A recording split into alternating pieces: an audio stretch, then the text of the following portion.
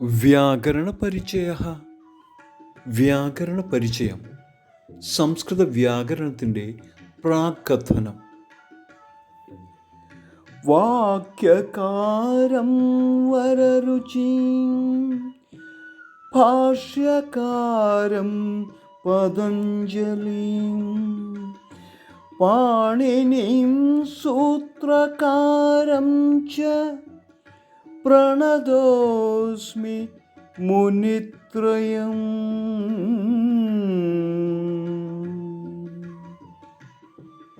പ്രണതോസ്മി മുനിത്രയം. ലഘുസിദ്ധാന്ത കൗമുദി സംജ്ഞാപ്രകരണം വിസ്തരേണ അധ്യയനം. ലഘുസിദ്ധാന്ത കൗമുദി സംജ്ഞാപ്രകരണം വിസ്തരേണ അധ്യയനം. മുഖ്യപദാനി പ്രധാന പദങ്ങൾ വ്യാകരണം, പാണിനീഹി, പതഞ്ജലിഹി. വൈയാകരണ സിദ്ധാന്ത കൗമുദി ഭട്ടോജിദീക്ഷിതഃ, വരദരാജഃ. ലഘുസിദ്ധാന്ത കൗമുദി. കിം നാമ വ്യാകരണം? വ്യാകരണം എന്നാൽ എന്ത്? വ്യാക്രിയന്തെ വ്യുത്പദ്യന്തെ ശബ്ദാഃ അനേന ഇതി വ്യാകരണം. വ്യാക്രിയന്തെ വ്യുത്പദ്യന്തെ ശബ്ദാഃ അനേന ഇതി വ്യാകരണം. മാനവാനാം പ്രയോഗാനുസാരം ഭാഷാഃ ജായന്തെ. മനുഷ്യന്മാരുടെ പ്രയോഗാനുസാരം ഭാഷ ഉദ്ഭവിക്കുന്നു. ഭാഷാനുസാരം വ്യാകരണ രൂപാണി നിഷ്പദ്യന്തെ. ഭാഷാനുസാരം വ്യാകരണം ഉരുത്തിരിഞ്ഞു വരുന്നു. വ്യാകരണമിത്യസ്യ ഭാഷാപരഃ അർത്ഥഃ വിശകലനം അപഗ്രഥനം വാ. വ്യാകരണം എന്ന ശാസ്ത്രത്തിൻ്റെ ഭാഷാപരമായ അർത്ഥം വിശകലനം അല്ലെങ്കിൽ അപഗ്രഥനം. വ്യാകരണ പഠനം സർവശാസ്ത്രോപകാരകമേവ. വ്യാകരണ പഠനം സർവശാസ്ത്ര പഠനത്തിനും പ്രയോഗത്തിനും ഉപകാരപ്രദം. പ്രധാനം ച ഷഡ്സു അംഗേഷു വ്യാകരണം. വ്യാകരണത്തിന് പ്രധാനമായ 6 അംഗങ്ങളാണുള്ളത്.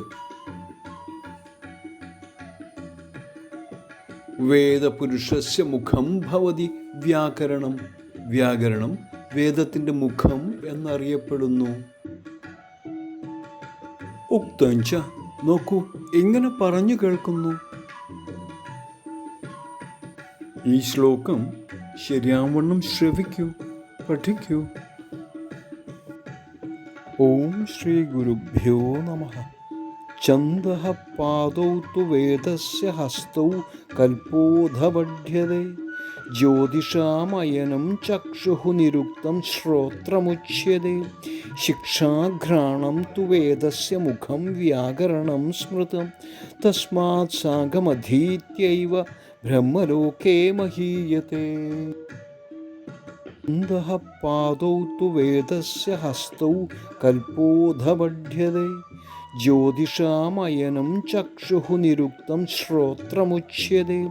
ശിക്ഷാഘ്രാണം തു വേദസ്യ മുഖം വ്യാകരണം സ്മൃതം. തസ്മാത് സാംഗമധീത്യൈവ ബ്രഹ്മലോകേ മഹീയതേ. ഓം ശ്രീ ഗുരുഭ്യോ നമഃ.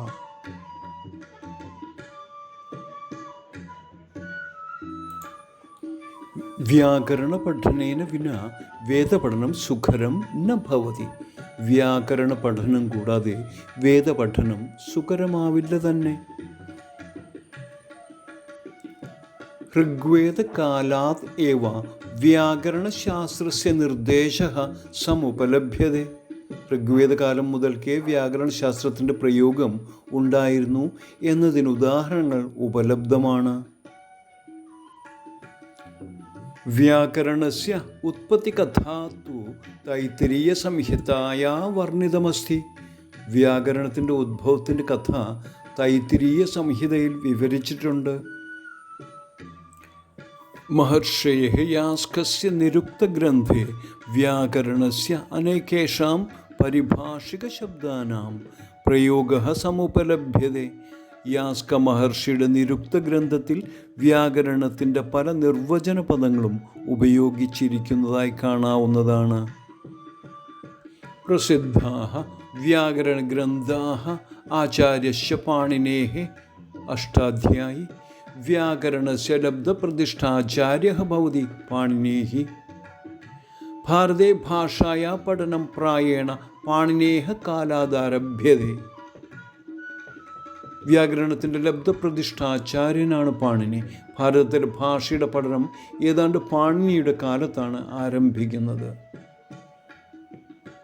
BC 7-ാം നൂറ്റാണ്ട് കാലത്ത് ലാഹോർ ദേശത്തിലെ ശാലാതുറ ഗ്രാമത്തിലാണ് പാണിനി ജനിച്ചത് എന്നാണ് ചില ഗവേഷകരുടെ അഭിപ്രായം.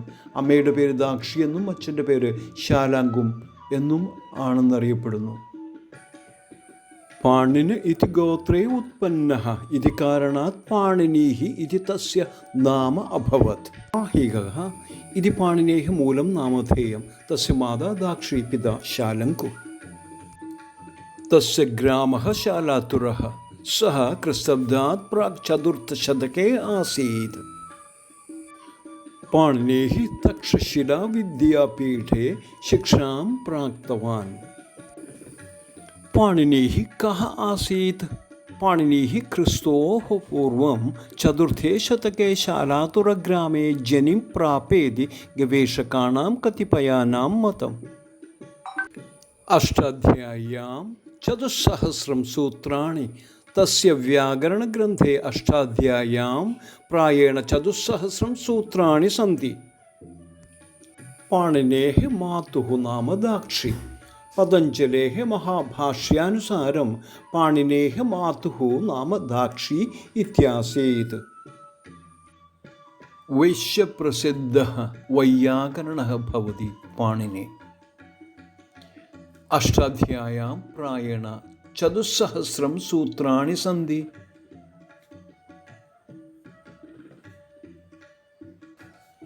ഭാഷാശാസ്ത്രസ്യ ചരിത്രം പാണിനീനാ അഷ്ടാധ്യായ്യാ ച ആരഭതേ.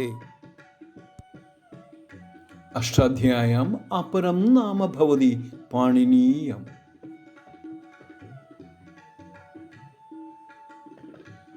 അസ്മിൻ അഷ്ട അധ്യായഃ സന്തി.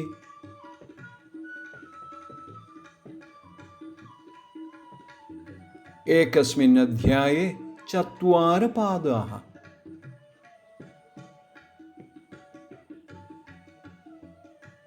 പ്രതിപാദം അനേകാനി സൂത്രാണി.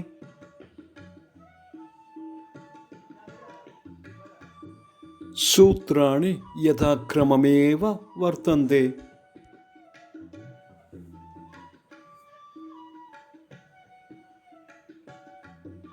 പ്രഥമം സൂത്രം പൃഥ്വിരാദേഛ ഏകം ഏകം ഏകം. ദ്വിതീയസൂത്രം അദേംഗുണഃ ഏകം ഏകം ദ്വയം. ഇകോ ഗുണവൃദ്ധി ഏകം ഏകം ത്രയം ഇത്യേവ ക്രമേണ.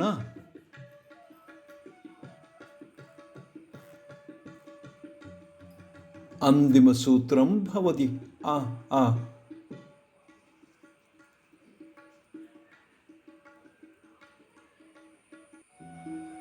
Thank you for watching.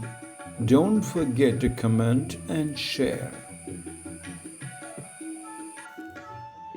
The Ashtadhyayi is a Sanskrit grammar treatise written by the Indian grammarian Panini in the 6th to 5th century BCE.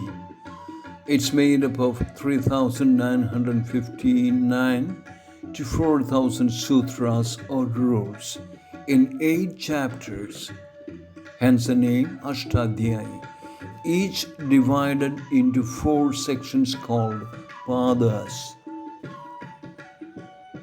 The Ashtadhyayi is the foundation of Vyakarana, a Vedic ancillary field. Vyakaranam Vedasya Mukham Bhavati and complements other fields such as the Niruktas, Nikhundus and Shiksha. The work summarizes the science of phonetics and grammar that developed in the Vedic religion and defines the morphology and syntax of Sanskrit. It also distinguishes between usage in spoken language and usage in sacred texts.